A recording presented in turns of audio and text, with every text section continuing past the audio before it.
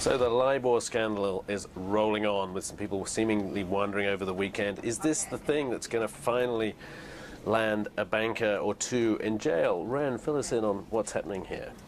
Well, the Justice Department and authorities in the UK and the CFTC have been looking at the banks criminally for some time. As we know, Barclays settled a criminal case with a non-prosecution agreement. Basically, DOJ said, look, we won't go against you criminally as long as you cooperate, give us what I need. So the Barclays guys are fine. They paid their money. Some of them lost their jobs, but there's no danger of going to jail. They paid their money. The executives are not necessarily fine. Those guys from the bottom all the way up could go to jail for essentially, I think probably the best argument is fraud, mail fraud, wire fraud, lying about Libor in telling people what it should be and setting the rate and having people rely on that, and the whole global financial system arguably losing. But if this happens, I mean, this is it's quite hard to find a victim of this, right? I mean, Libor is kind of slightly an artificial thing. So is this the right, people are talking about Al Capone, and you could get him for killing all these people, but they got him for tax evasion.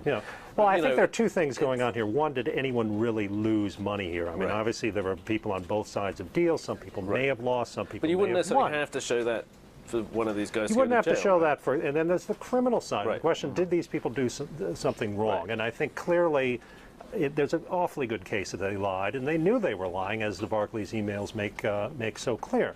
But the question is, do you put some people in jail, or do you go after Barclays and the other banks criminally, the institutions criminally themselves? I mean, we all know the Arthur Andersen situation, where Arthur Andersen killed the company. And in finance, you could see that a big criminal prosecution of a bank. That's often why this doesn't happen. It could put them out of business. The raw numbers. I mean, if you think what is it you try and find them? If you think let's find the banks, the worse it gets, and we'll go after them. I mean, Ren and I were looking at this last week. Let's just assume that there's $500 trillion of assets, of securities and whatever else at stake, and let's assume that you just say we'll take 1 basis point of that as the fees. That's $50 billion.